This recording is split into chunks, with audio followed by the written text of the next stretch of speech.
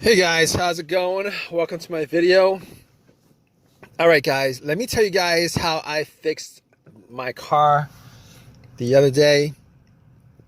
So I was out of the park, did a 1 hour jog, came back to my car, ready to go home, try to start it. It cranked, but it did not turn over. It kept on cranking, but did not turn over. And I must have tried to crank it at least, I would say like 15 times within the course of me trying to figure it out, what the problem was. All right.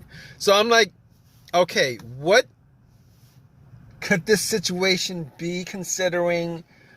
I did change the battery up.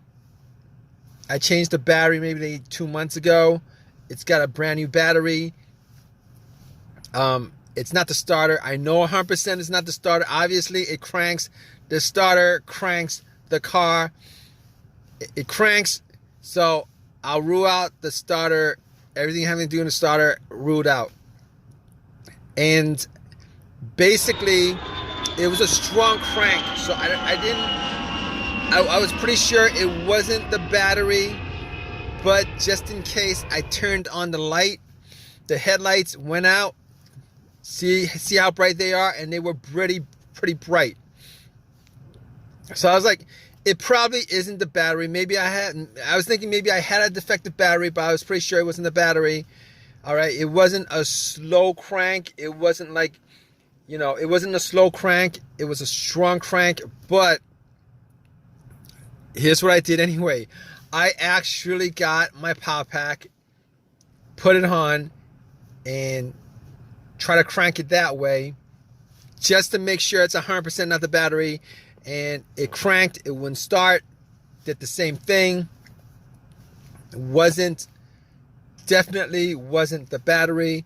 And on top of that, I was looking around just to make sure that my terminals were clean and tight, because I did clean the terminals. I did tighten them up 2 months ago. I didn't think that it was going to be corroded after 2 months, and they weren't corroded after 2 months.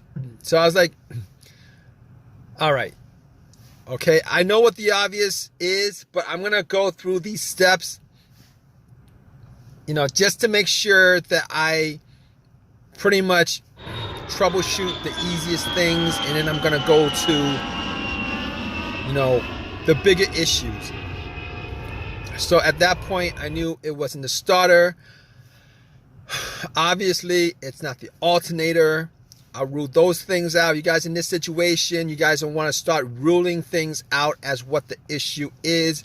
It won't be the starter.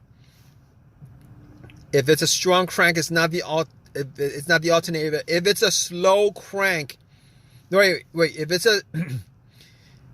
If it's a strong crank, it's probably not the battery. If it's a slow crank, it's possible that it is the battery. But just to rule it out, you guys should probably at least try to give it a jump. This situation, just to make sure it's 100% not the issue. All right. So it's not a slow crank. It's a very strong crank, and it cranks up pretty strong. All 15 times that I try to crank it up. So I can rule out those things. Check all the terminals, rule that out. And the negative wire, I could rule that out too, because I wouldn't be getting a strong crank. Well, it's possible. It's possible that it could be the negative ground wire that could cause that issue. It's very possible, maybe.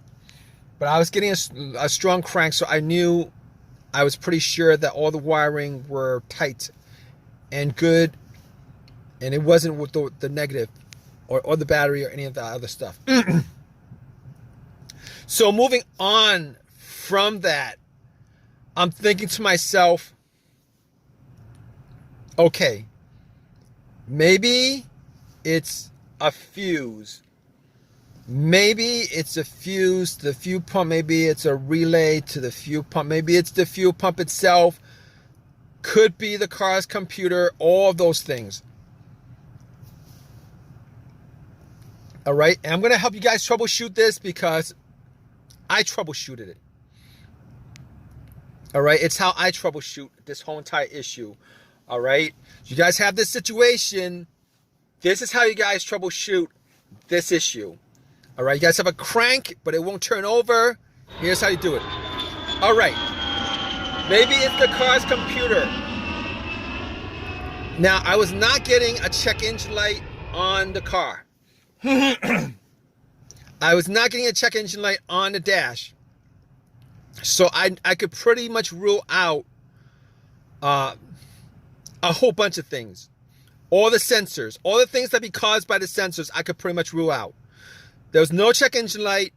And I'll tell you guys what, when I actually, when I actually put an OBD2 on it, okay, when I put an OBD2 on it, first of all, it actually read.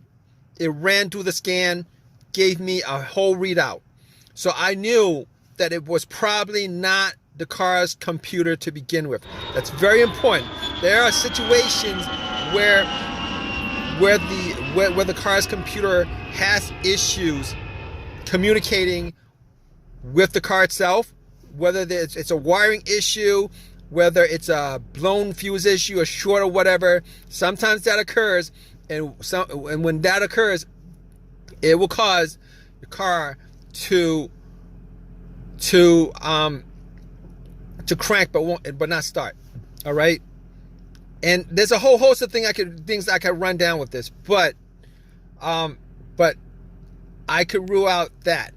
All right. And the fact that there was no check engine light on the dash, and then when I read the whole OBD2, there was not a single code that came up. I could rule out anything having to do with the mass airflow sensor. Could rule that out. I could rule out the crankshaft, camshaft. I could rule all that out. And I could probably rule out the throttle position sensor on top of that. So if you guys are probably thinking it's probably one of those sensors that's causing it, one of those things that's causing it, if it's not coming up, if you guys don't have a check engine light with this with this crank but no start issue, it's a crank but no start issue, you guys probably rule out all those things that has a sensor connected to it, which is a whole host of things. All right, and this situation pretty much simplifies a whole lot of things as far as troubleshooting this issue is concerned with a crank no start issue. All right, so let's go down from there. All right, now I'll tell you what. All right, I wasn't able to get my car started at the park, so I had to call AAA, had them tow my car to my house so that I could actually do a bunch of tests. I didn't have my tools with me, so I wasn't able to get it started. All right, I assumed that it was a couple of things. So when I got home, I had to pretty much go through all the fuses. All the fuses were good. All right, all the fuses were good. So next up would be the relays. I assume in this situation that it was probably either going to be a fuel issue, like maybe a relay or a fuse connected to the fuel pump that would cause this situation. All right, so I tested out all the fuses. It wasn't that. As far as the relay was concerned, I did swap out the fuel pump relay with another relay, with a similar relay, with the same exact number. So it was I did swap out one of the relays for the fuel pump relay, and that didn't do anything as far as that situation is concerned. So at that point, I was thinking, all right, I got to figure out whether it was the fuel pump that was causing this situation. All right, definitely was sure it was not the relay. And on top of that, I actually, took off the line for, the part of the fuel line just to see whether there was any fuel getting pumped out. There was no fuel pumping out. And on top of that, I actually did not hear the fuel pump prime. All right, when I turned it on to the on position, did not hear any kind of priming coming from the fuel pump. So at that point, I knew that it was probably the fuel pump that was the issue. In fact, it was the fuel pump that was the issue.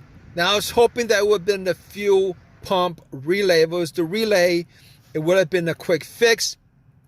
However, since it was the fuel pump, it took an hour or two for me to replace it. Got the car to start afterwards after it was replaced. It was the fuel pump that was the problem. If you guys have a crank no start, like a whole bunch of other scenarios, no start scenarios, what you guys do need to do is, you guys need to troubleshoot it, because it could be, like I said, a variety of things that would be causing these kind of situations. Hopefully, if you guys are in the same situation, this video has helped you out in some way. Maybe it's a fuse that was blown or something like that. Hopefully, you guys got a simple fix for you. But that was my whole entire the whole entire scenario happened because the fuel pump needed to be replaced. All right, guys. If you guys have any comments on this, please drop a comment in the comment section. Please give me a thumbs up and please subscribe, guys. All right, take care.